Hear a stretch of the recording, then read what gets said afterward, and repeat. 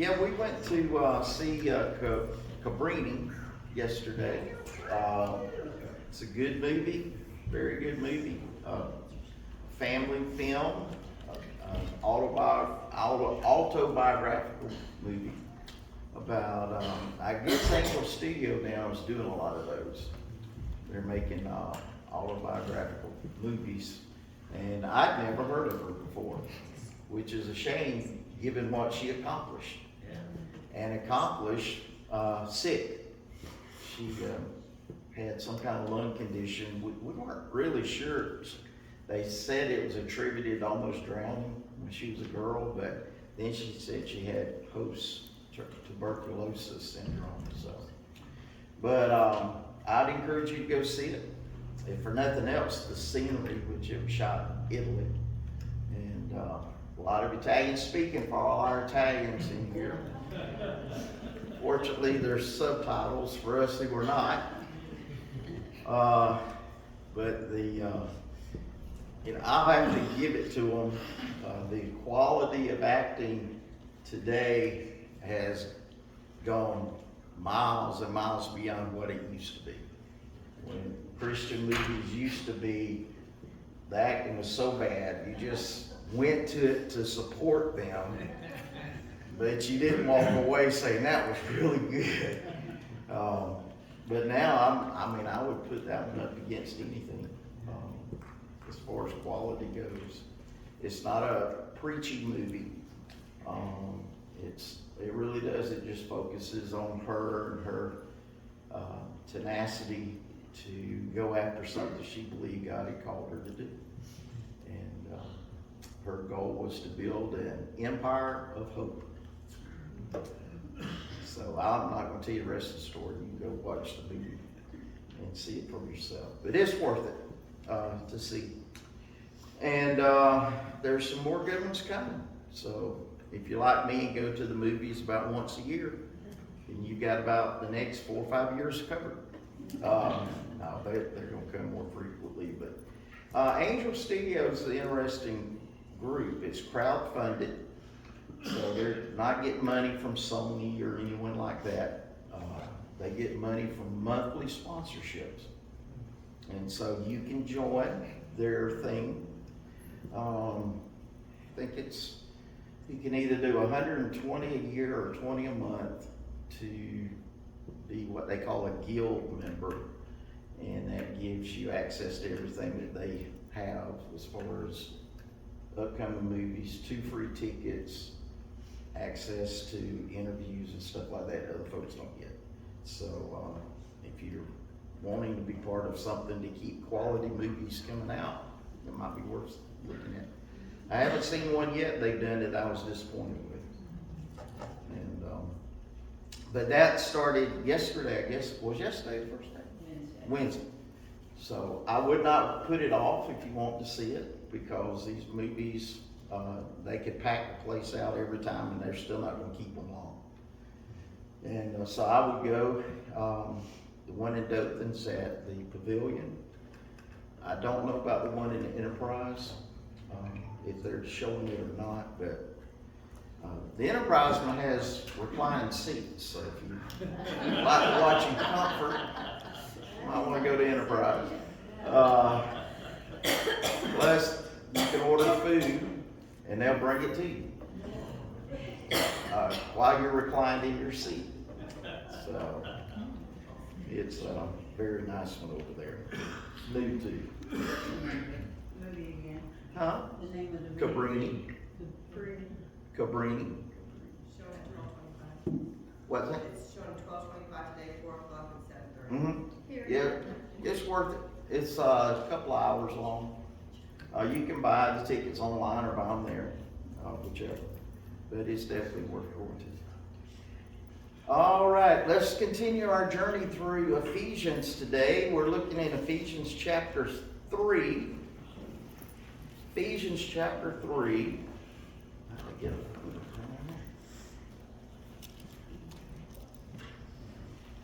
Ephesians chapter 3. Remember, Paul is writing to the church at Ephesus. Church at Ephesus was the largest of the churches that will develop in Asia Minor, the most powerful of the churches in Asia Minor. Not the proudest church, that would be Laodicea. They're the ones who thought they had it all together because they were not encountering as much persecution as everyone else. And so the church in Laodicea was still included in the culture. The people, at that point, they weren't required to engage in paganism because the city was a border town. Laodicea was a border town, and so they were accustomed to people of all religions coming through there, and they were really more concerned about making money than they were promoting the cultural ideal. But Ephesus was much different. Ephesus was the largest city in Asia Minor, most powerful city in Asia Minor, even though it wasn't the provincial capital of Rome. It was the first city you stopped at if you came in by ship from anywhere else in the Mediterranean world. And it was very wealthy, marble everywhere, and marble's still there. In fact, I showed Danita a picture yesterday I saw on Facebook of the main thoroughfare through Ephesus is still there. The marble streets are there. There's a few columns still there. The foundations of the buildings that used to be there are still there. And the front of the massive library that was once there is still there. So you can see parts of it today. Just the whole structures are gone. And a lot of those were destroyed in a series of major earthquakes that hit that area over the years. So he's writing to these people. Remember, these are the Christians who were being canceled or not participating in the paganism of their city. Their primary god, any god would do, which is always part of paganism. Any god will do, create your own if you want to, as long as you include the cultural god, or gods. And we have some of that today too in our country. You can pretty much worship whatever god you want as long as you include the cultural gods. And the cultural gods for us today would be tolerance, would be multiculturalism, would be inclusivity, and things along those lines. It's not like it used to be. Back in the old days, the cultural gods were materialism, success, prestige, social status, and things like that. And that's changed considerably. In fact, now the younger generation doesn't look favorably on materialism at all, even though they're very materialistic. But as far as something to pursue, they would tell you they're not pursuing it, but daddy's check better come in the mail this month. And so it really is, in postmodernism, all logic goes out the window. It's full of contradictions, because it's all based on the fact that there is no truth, there is no reality, there's just your truth.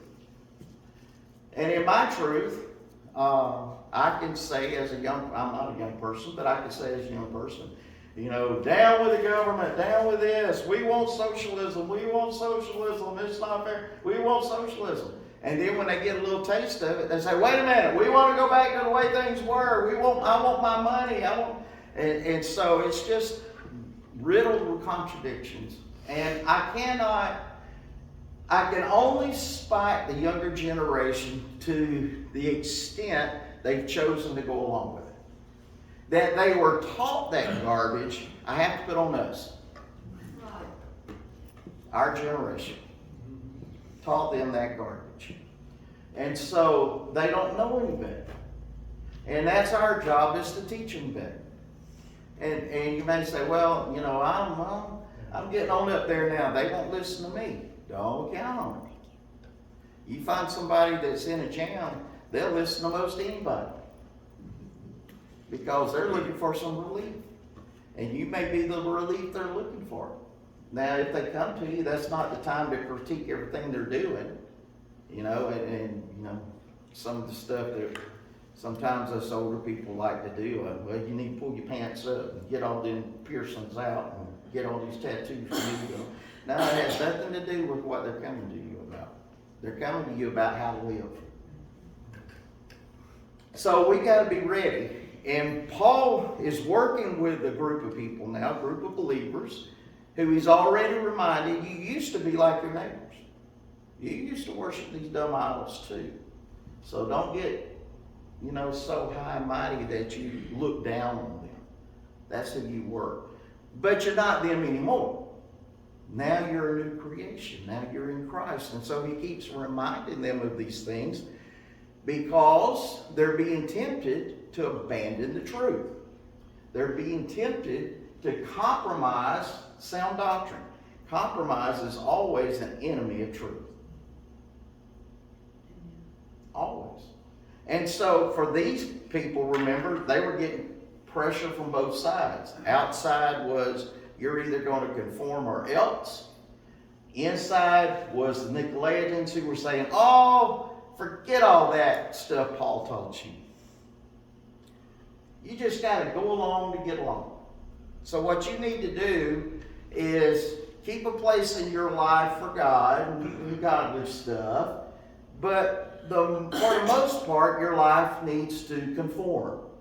You need to get along with the culture. You need to learn how to assimilate into the culture.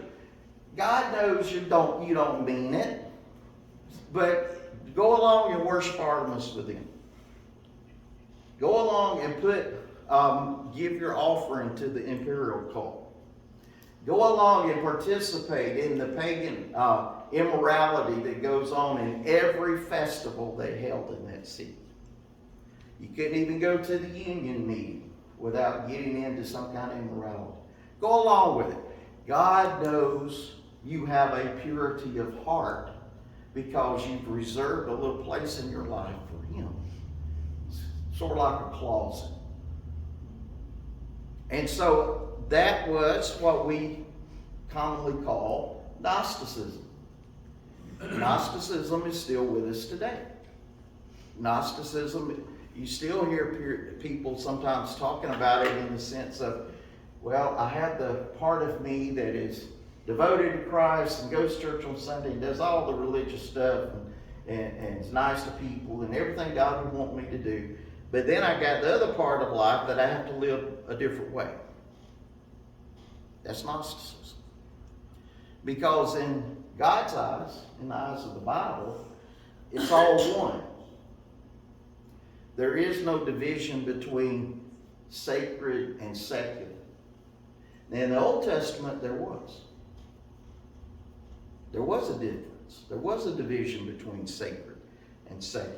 That's why they had to go through all that ritual cleaning before they could come into God's house. Today, that division's gone. Because today, you are God's house.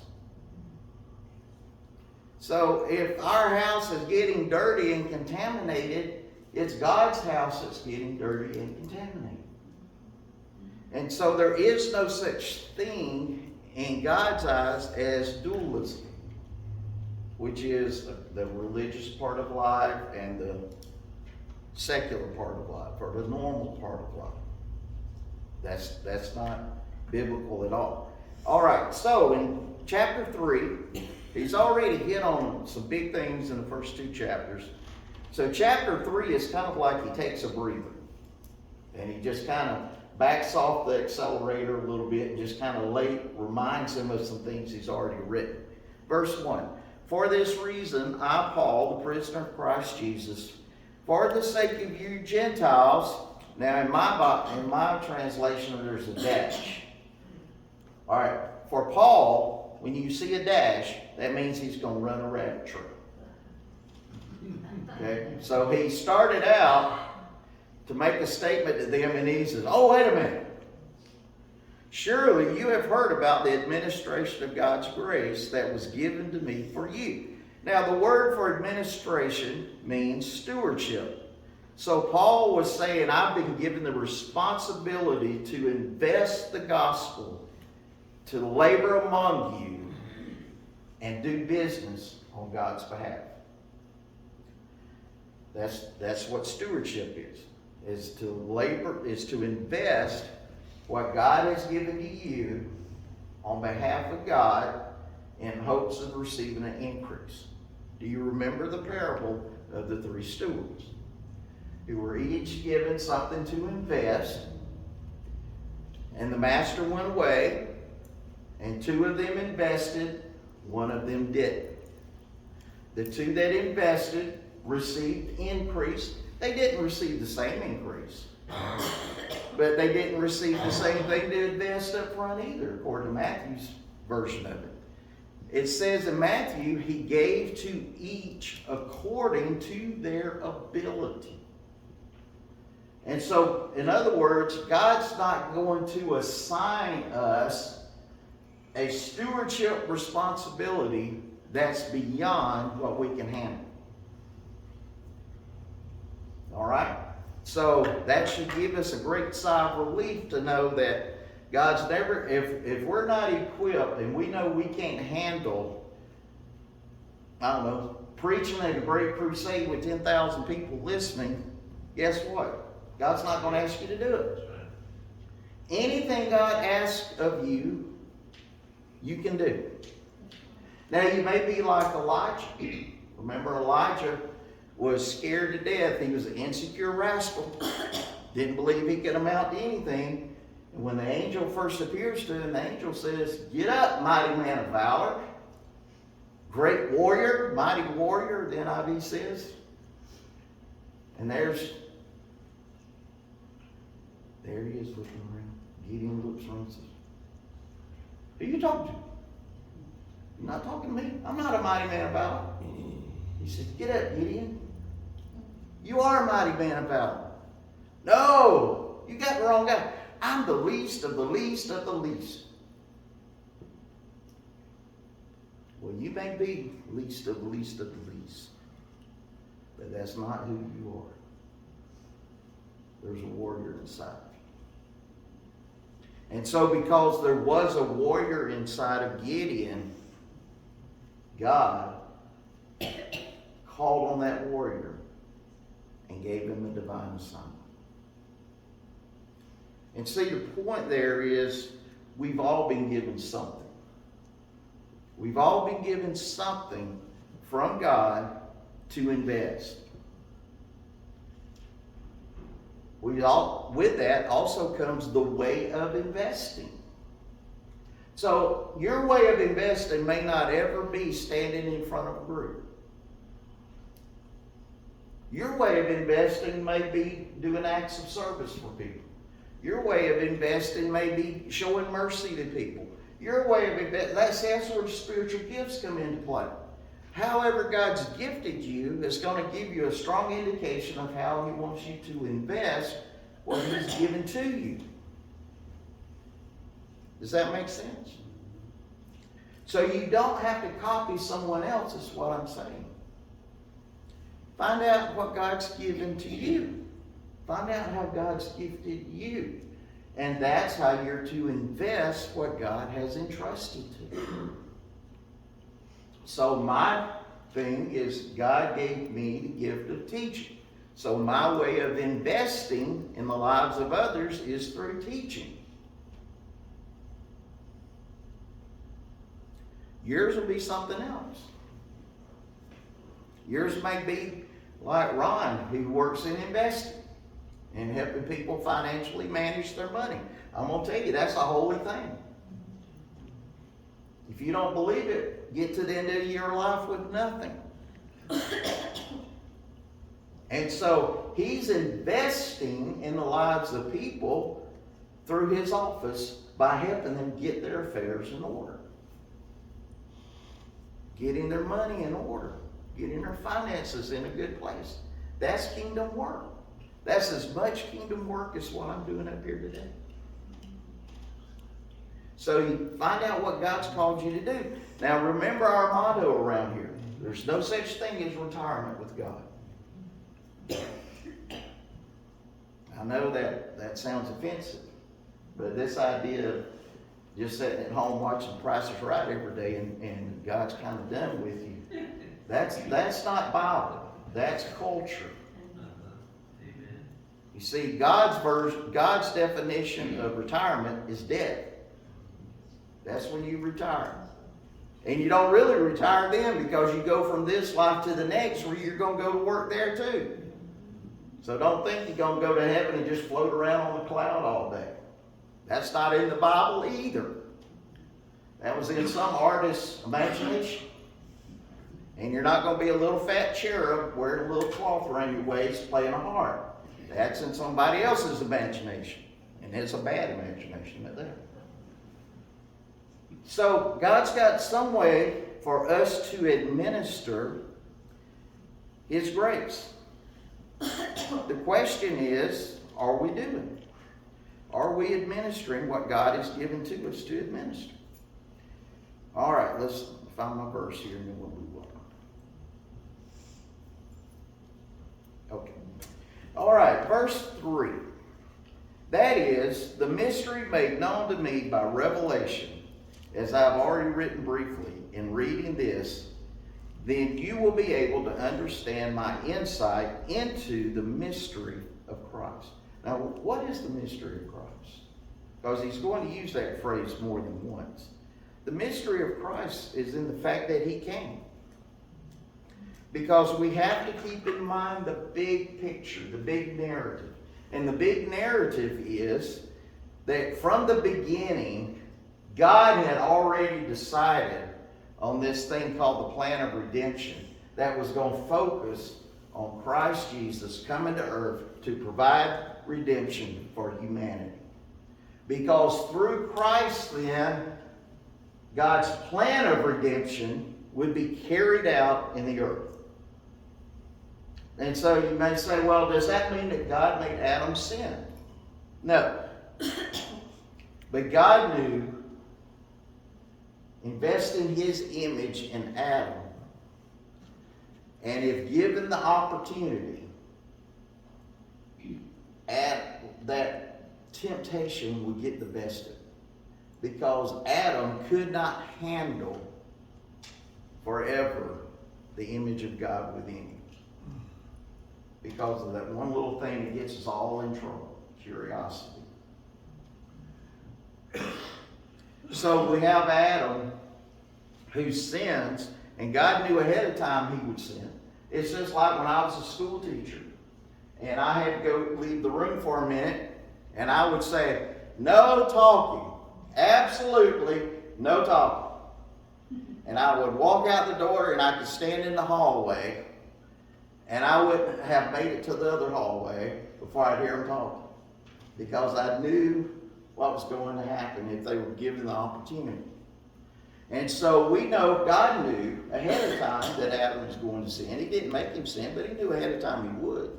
And so God had already put this plan of redemption in place before Adam was even created. So that's the big story. The big story is that from the beginning, Jesus was going to come and was going to die to provide redemption for humanity. Now, we're going to see in a minute, though, somebody didn't know that was the plan. And we'll see in a minute why that's important. All right, so he says, which was not made known to the people in other generations, as it has now been revealed by the Spirit to God's holy apostles and prophets. This mystery is that through the gospel, the Gentiles are heirs together with Israel. We talked about this last week. There's no more separation between Jew and Gentile. Now, under the old covenant, there was. And for those who still believe the old covenant is in effect, they still believe there is. That Israel is still God's A people, Gentiles are still God's B people. But the scripture's pretty clear here. No, we're all one now. We're one in Christ.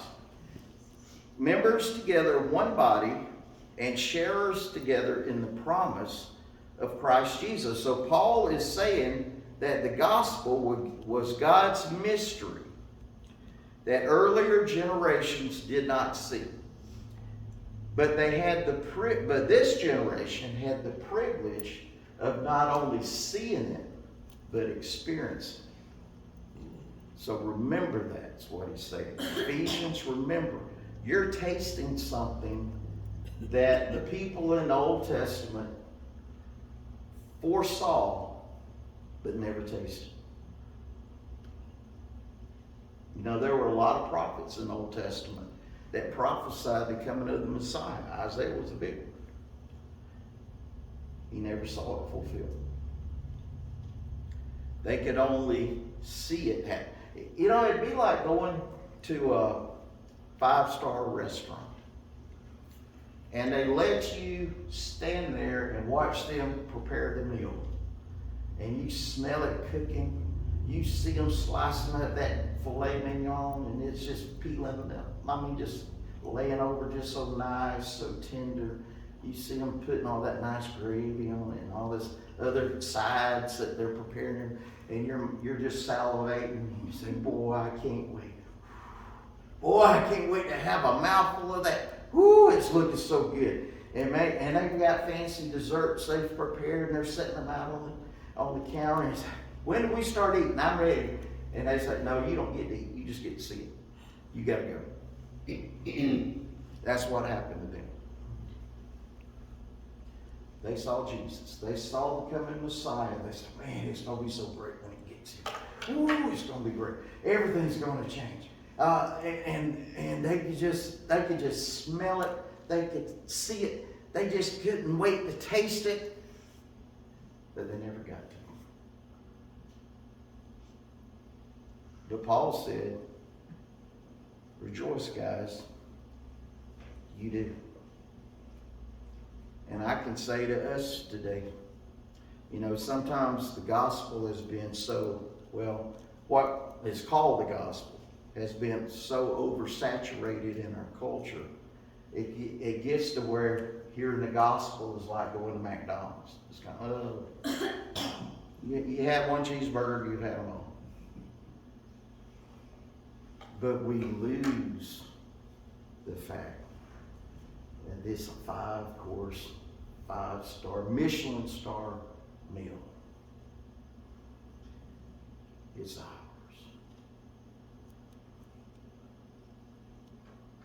It's ours.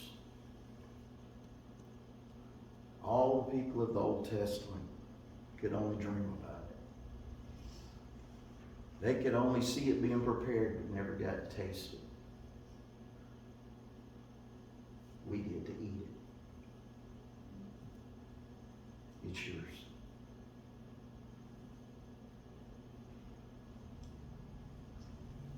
Well, the gospel brought completion to the Abrahamic covenant and unity between God and man, as well as between Jew and Gentile.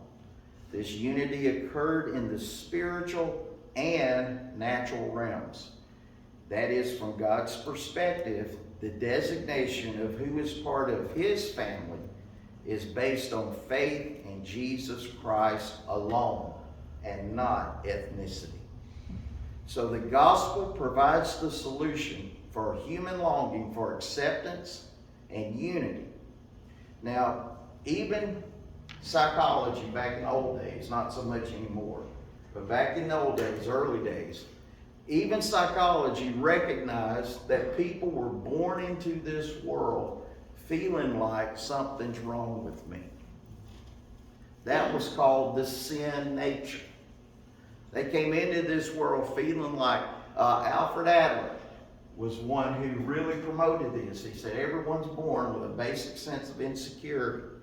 Where does it come from? And they're longing for acceptance from someone greater than themselves. William Paley called that the God-shaped hole that's within the heart of every person. And that only God can fill it. But Adler, who wasn't a believer, said everybody's born with this sense that something's wrong with me. Now, where he got the diagnosis right, he got the prescription wrong. The prescription, he believed, was we just need to work really hard to capture the attention of those we want acceptance from, and they'll give us that acceptance, and then we can fulfill that longing to be accepted by somebody. Well, in a natural sense, that's probably true. That's why we praise little ones for showing that they can master some new skill. I mean, I thought we was going to have a party yesterday because little Jan Man went potty in the big potty. And so that's a day of celebration because won't have to buy any more diapers soon. Because he's growing up. He mastered a new skill at least once. So that's reason to celebrate. But I'm not going to celebrate because Jeremy went to the potty yesterday. Now he may, depending on what's going on in his body, I don't know. But I don't want to know about it. We're not going to cheer like we did for Jan Man. It's just, that's his business. But see, that's what Adler was saying, was as we show we can do more stuff, we kind of prove ourselves, then the acceptance increases. A very worldly perspective. But with God, we can't prove ourselves. So what does it take? It takes coming to faith in Christ alone. So the gospel provides the solution for the human longing for acceptance. There is still a prevailing sense, though, even in psychology, that something is wrong with people. And that's why every version of psychology out there, every counseling theory that's out there, begins with the premise of what's wrong with somebody. Even those that pretend to believe there's nothing wrong with people. But the irony is some of those who say that everybody's great, everybody's wonderful, everybody's born in this world, just a wonderful person, will then come along and say, but what they need is, okay, well, they're not so wonderful. Because if there's a need there, then they're not complete. There is something that's lacking. Well, so people face some options. They can turn to naturalism, which is the belief that everything true is found in the material world. And in this sense, all of psychology falls under that for the most part. There's a couple of exceptions that were more into spiritualism, but for the most part, all of psychology is naturalistic. That all the healing you need is within you. Well, if the healing is within me, I've also got the problem within me. So if I've got the healing there and the problem's there, why can't the healing that's supposed to be there just go on and fix the problem without me having to go to a psychiatrist?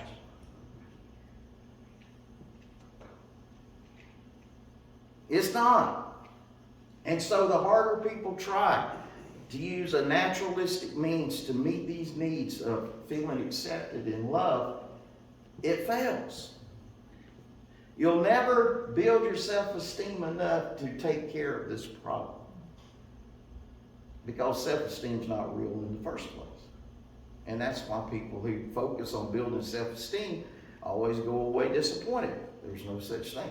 Self-esteem is just a perception. And the perception is, I'm wonderful because you say I am, therefore I have to convince myself. And that's all self-esteem is. And I can inflate it like a balloon when things are going great. When things aren't going great, or I mess up, then it deflates rather quickly. Well, some people turn to spiritualism or spirituality. And like these people we've been talking about in Ephesus, they may say, well, I just need to develop a spiritual part of life and make sure I've got that going good and strong in my life. And then if I have to live a different kind of way to get through life, then that's okay as long as I've got the spiritual stuff going on and I'm pretty active in that. Well, here's the thing about spiritualism. It teaches that through spirituality, we can reach a utopia if we can just get everybody on board with it. Because then we'll all quit being bad people. We'll all strive for unity. And we'll all seek universal brotherhood, which means we're not going to disagree on anything. And once we reach that, then we're going to enter into this new spiritual age where everything's going to be great.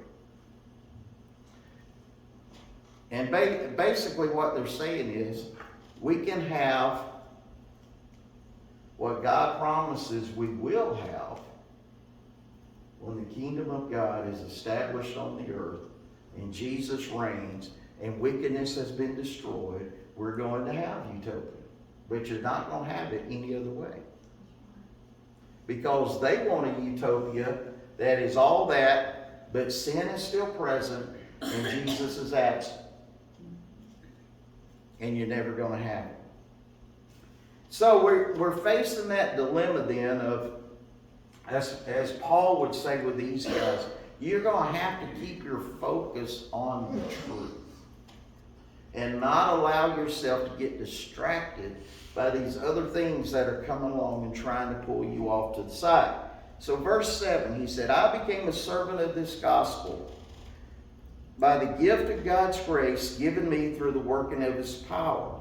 Although I am less than the least of all the Lord's people, this grace was given me to preach to the Gentiles the boundless riches of Christ, and to make plain to everyone the administration of this mystery. So again, he said, I'm investing what God's given me, which was wisdom, insight into the kingdom of God. He said, I'm investing it into you. That's how I administer the mystery of Christ. Verse 10. His intent was that in the future, in the millennium, now, his intent was that now, through Christian media,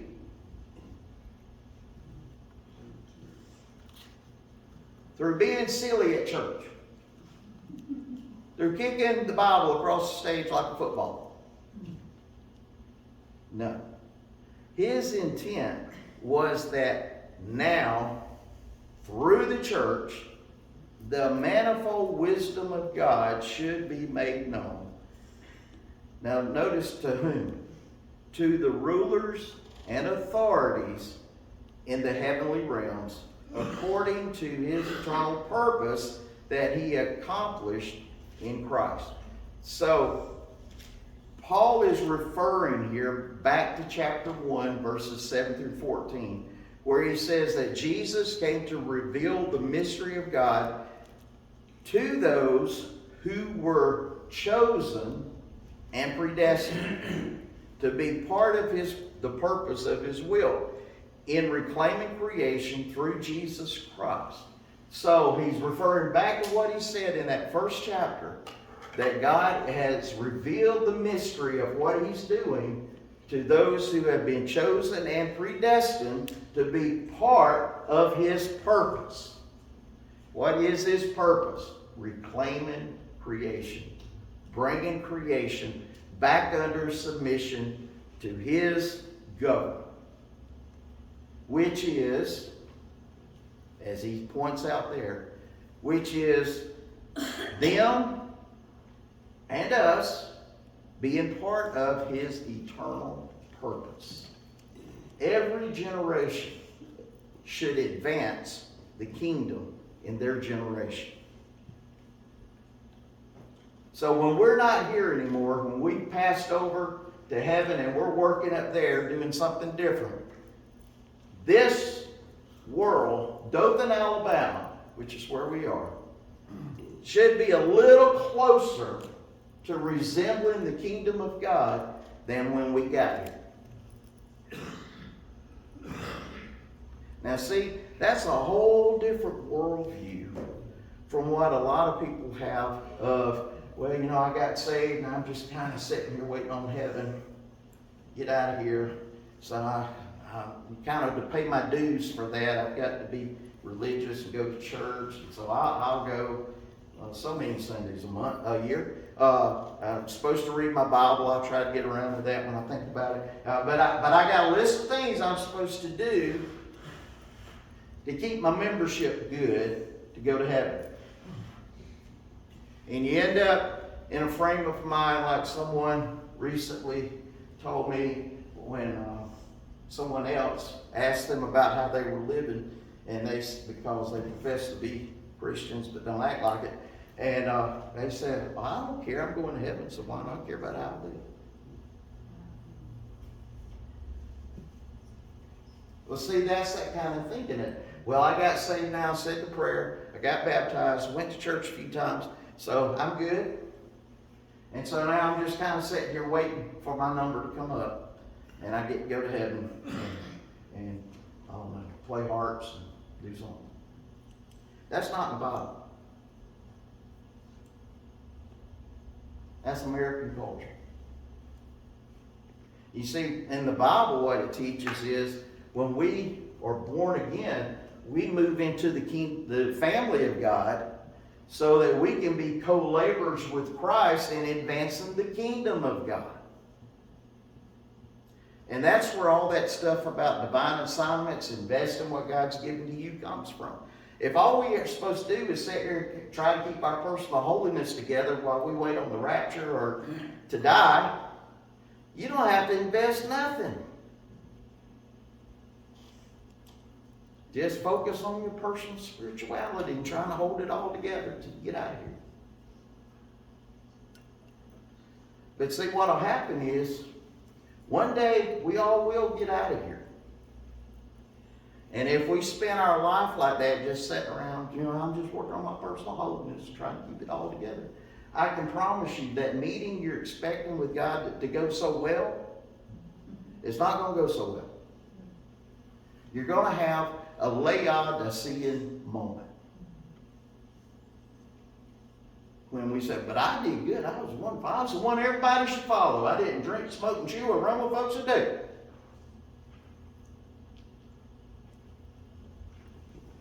And God says, did you invest what I gave you? Nope. You didn't do so well. Now I know we're not supposed to talk like that, because we've all been taught God is so blessed to have us in the family. I mean, we are something special. And the day that we received Christ, God said, finally, I got him in the family now. Oh, it's just so wonderful I got him in the family now. Oh, that's good enough for me. That is not in the Bible. God is desperate for no one. Well, let me encourage you on that. We're about done. Don't worry. According to my clock, I still have an hour to go. No, somebody actually changed it, I think. Yeah. So he said, don't. And so when he talks about being predestined and chosen, let me encourage you. Don't shy away from those terms. Because it's God who chose us. And if you have a problem with that, take it up with him. You see, what it is, a lot of times behind that, is we get into this thing of thinking, well, but wait a minute, I was told God loved everybody and he wants everybody to have a chance and all of that. I don't have a problem with that. And I'll tell you why I don't have a problem with that, is I'm not God. And I can fully believe that God predestined and chosen who he wants and who he doesn't. And I'm still not God.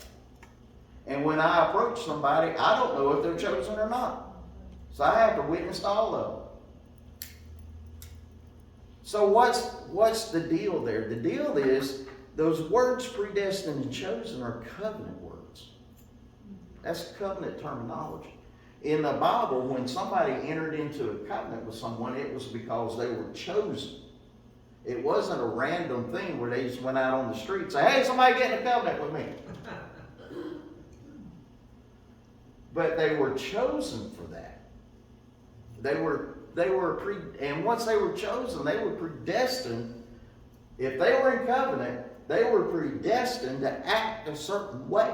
It was already determined that the relationship would work a certain way. Because that was part of being in a covenant with somebody. So he goes on to say, God is now using the church to proclaim what God has done in his manifold wisdom. The word for manifold means complex or varied. In other words, what God did through Christ would baffle most people, because if they tried to figure it out ahead of time, it wouldn't make sense. It wouldn't make sense that the God who created everything would have his creation turn around and shake its fist in his face, and that same God not just wipe them out, as everyone in that time believed the gods would do, and instead of wiping them out, showed mercy. And they were like, that didn't make sense. I tell you who else it didn't make sense to? Satan. When it says that you're revealing the manifold wisdom of God through the mystery of Christ to the rulers and authorities, it didn't say on earth. It said in the heavenly realms. You know why? Because Satan assumed God was going to wipe people out too. And when Jesus came and died on the cross, that didn't make sense. That was over. And you know why it didn't make sense to Satan? First of all, Satan was a fallen angel. Angels didn't understand redemption because they never tasted it. When Satan and his followers rebelled against God, they had no option of redemption. They were automatically judged. He assumed that's what was going to happen to people. He was just waiting on it to happen. And then when Jesus died, surely this is going to make the judgment rain down. And it did on Jesus. And so what Paul is saying here is, while you are proclaiming the mystery of Christ, understand, you're giving Satan information he didn't have ahead of time either. Satan knows the Bible, but he can't interpret the Bible. That's why he can throw stuff out, as he did at Jesus when Jesus was going through his temptation. He would throw verses at him that he didn't understand. And Jesus would throw stuff back at him. It's like, oh yeah.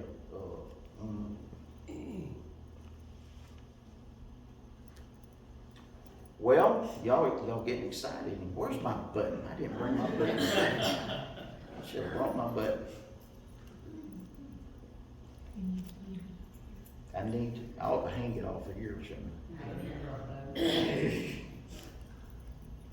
Well, all right, we're about done. I've only got 50 minutes to go. What is the deal with Satan and redemption? I think one of the things too that can hopefully help us to tweak our worldviews a little bit is that Satan really doesn't mind if a person gets saved or not. What he doesn't want to see happen is the end of the age.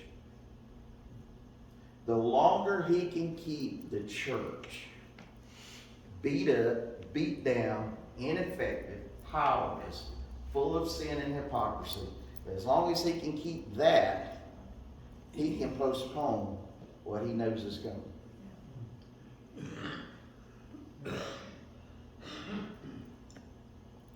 If folks get saved along the way, okay. Especially if they're getting saved in a church that's preaching deception. It'll let them get saved all day long, you know.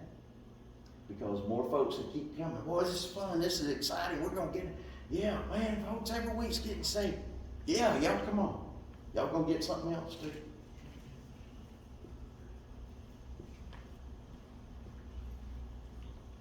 You see, he knows what's coming. He knows there's a final judgment he has to go to. And he's already been judged. He knows what's waiting. And what was the whole battle over anyway? Why did Satan even want to get a foothold on earth? Why go after Adam? Was it that Satan wanted to have control over trees and animals? No. Adam's job, he did all the naming of the trees and so forth, but Adam's job was to establish human civilization under the government of God. That's what he advocated. When he sinned, he gave human civilization to Satan. So when you read in the passage where Satan pulls that out with Jesus, notice when in the text when it says that Satan offered him, he didn't offer him the earth. He didn't have it. God owns earth. He didn't offer him living creatures on the earth. He offered him the kingdoms, the governments that Satan already had under his control. And so he tells Jesus, if you'll bow down and worship me, I'll let you have it.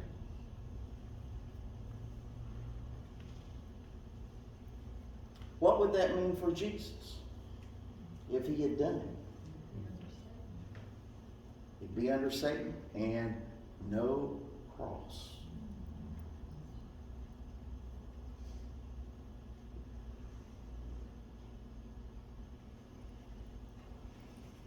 So Satan, his main concern, and why he doesn't like to hear the gospel preached, is that as the kingdom, not the gospel of go to heaven when you die, but the gospel of the kingdom that spreads out and begins to infect human civilization, cultures, governments. He doesn't like that, because that's the one that threatens him. You say, well, how does it threaten? Well, when we read in the Bible, and I didn't pull up all these texts today, I could have, but I didn't. It describes the church that Jesus is coming back for. Okay? Without spot, without wrinkle, overcoming. Just 3 right there.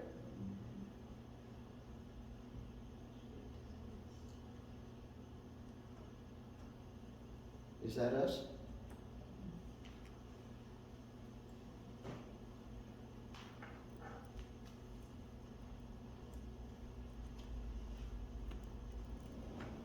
I only bring this up, and I think Paul didn't bring it up, but I bring it up because we hear so much going on today of what I would just call rapture mania.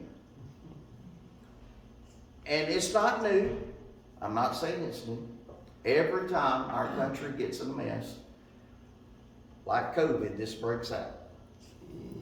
And lots of people get infected with it. And lots of people start proclaiming and prophesying bold and wonderful things about how Jesus is coming back any day now to get us out of this mess. Well, we got a problem with that. The American church is nowhere near what he said he's coming back for. Now, a lot of people say, well, we're going through a shaking.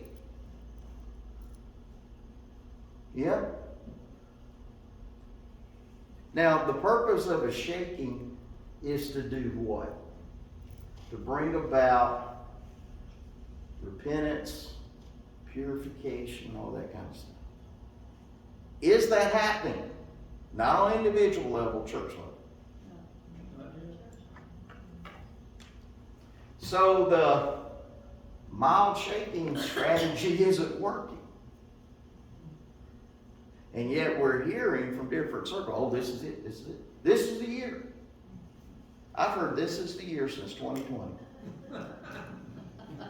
And basically the prophetic musings of this is the year are the same, they just put a different year in it.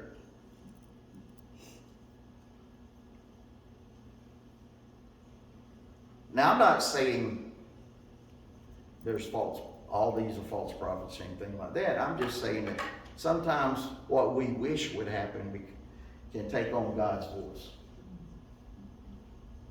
And we begin to declare it like it's God.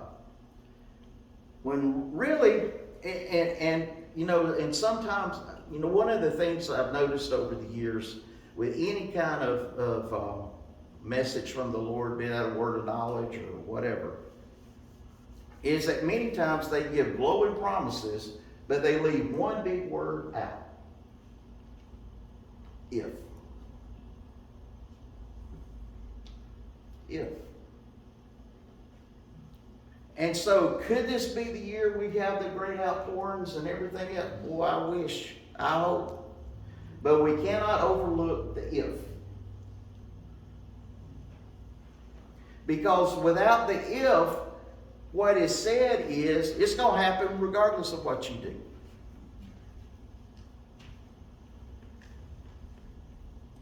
And that's why it hasn't happened yet. Because that isn't true.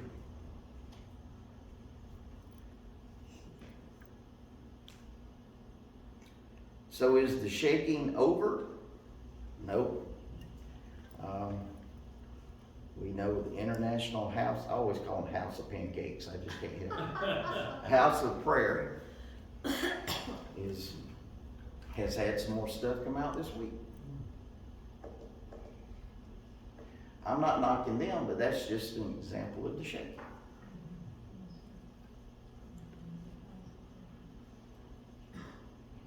But see, the shaking isn't just for them folks. There may be some shaking that has to go on here.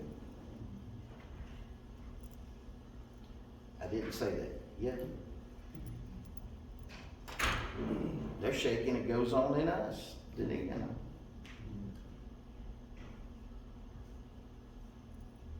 But you know, the good thing about the shaking is when it's over, it's when the blessings do come.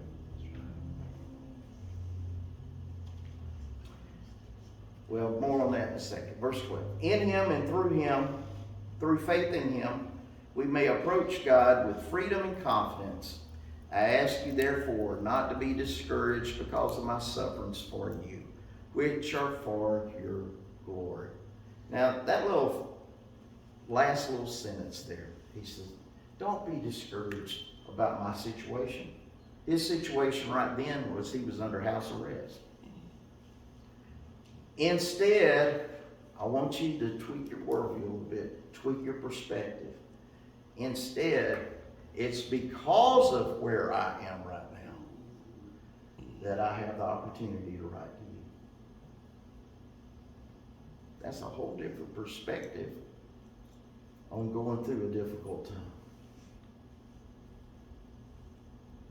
Well, let's wrap it up. This is more for us than what Paul was doing for them, but anyway. God has a way of redeeming whatever his people are going through. Be that a shaking, be that a difficult time like Paul was going through. Even in a difficult time, that can be an opportunity to be a blessing to someone else, if we want to be. The main point is that God will accomplish his will. However, I don't believe the American church is ready for a full-blown outpouring. We may want it. I really think it would just blow the tires off the truck. Honest. A real, not just a mercy drop, but a real hit. The shaking is getting us ready, but we have to see what God is doing and not just what God wants to do. See, God has a plan. He's going to fulfill his plan. We're part of that plan. But we have to be on the same page with him.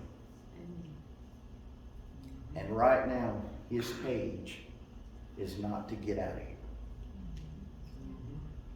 His page is not to keep looking up, but to start looking out. To invest what he's given to each of us in the way he has gifted us to invest it. Don't try to copy somebody. Be who you are.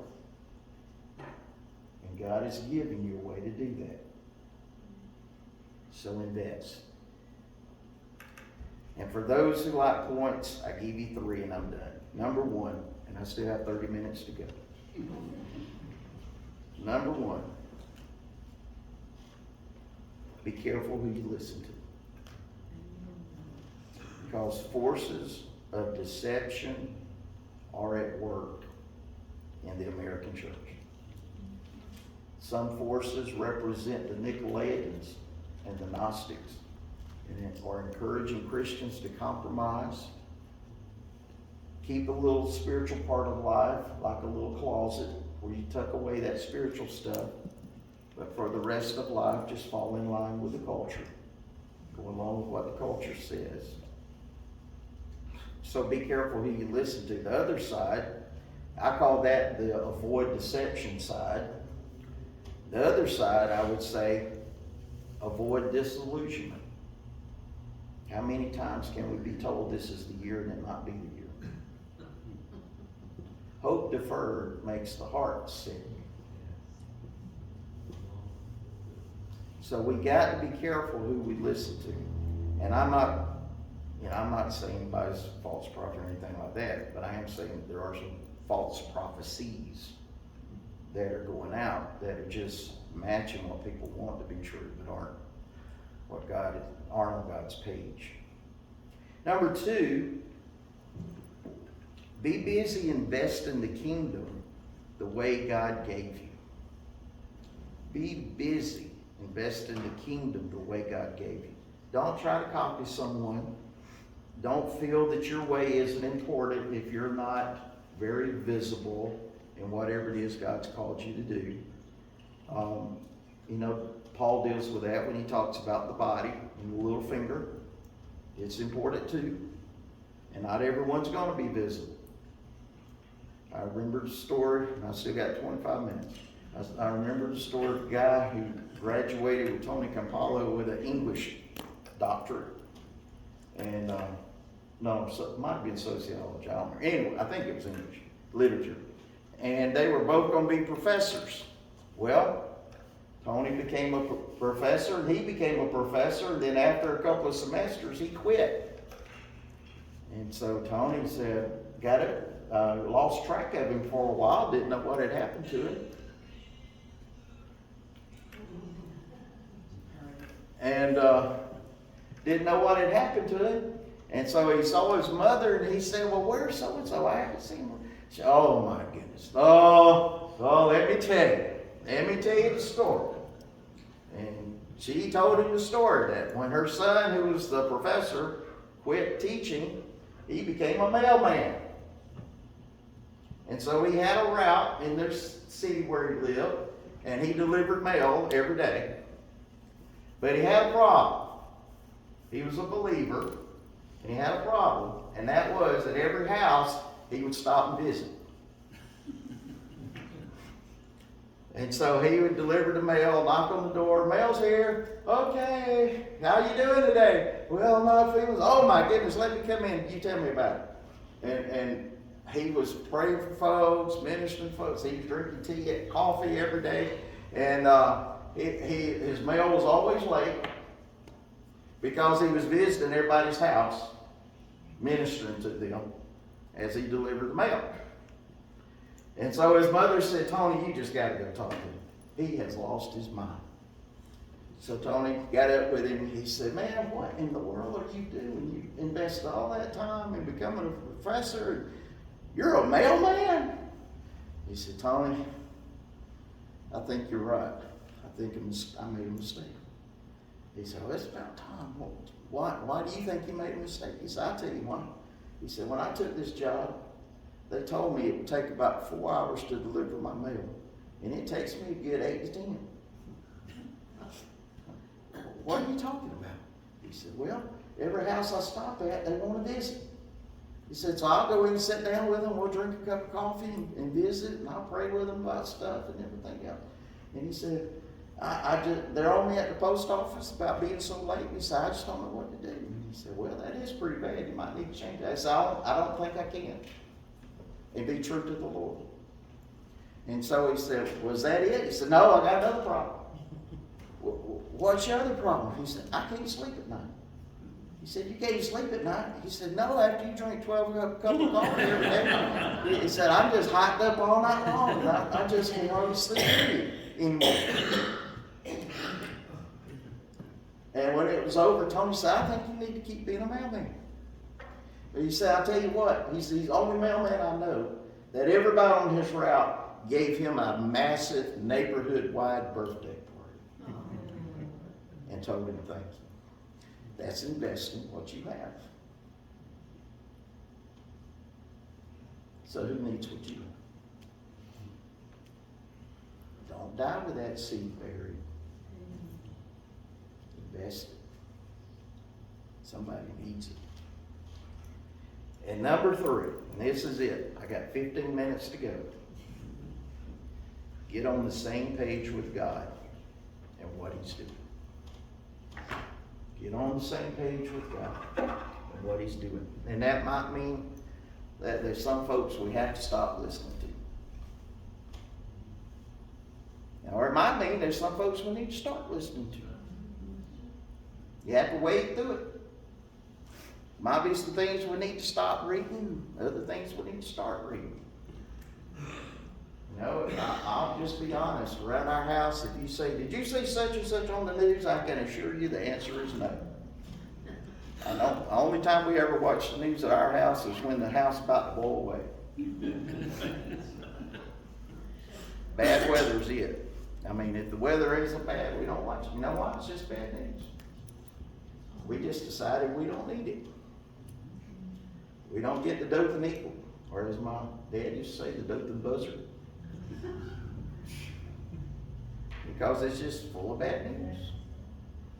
Now you may say, well, I couldn't live a day without. Well, that's between you and God. I'm just saying what we have to do to keep things the way we need them to be. Invest what you have in others. Be careful who you listen to. And get on the same page with God. Father, thank you for today. Thank you for your word. Thank you, Lord, that you are still at work among your people. Thank you that you're going to complete what you've started. And we just want to be obedient to what you have for us to do. Help us, Lord, this week to see opportunities to invest what you've given to us to invest. And help us to see the way that you want us to invest it. And Lord, if you'll do it, I'm going to make the pledge for everybody and say, if you'll show us, we'll do it. So I thank you for each person here today. I pray your blessing on them. Pray that they'll prosper, be in health as their souls prosper. In Jesus' name, amen. See you Wednesday night, hopefully.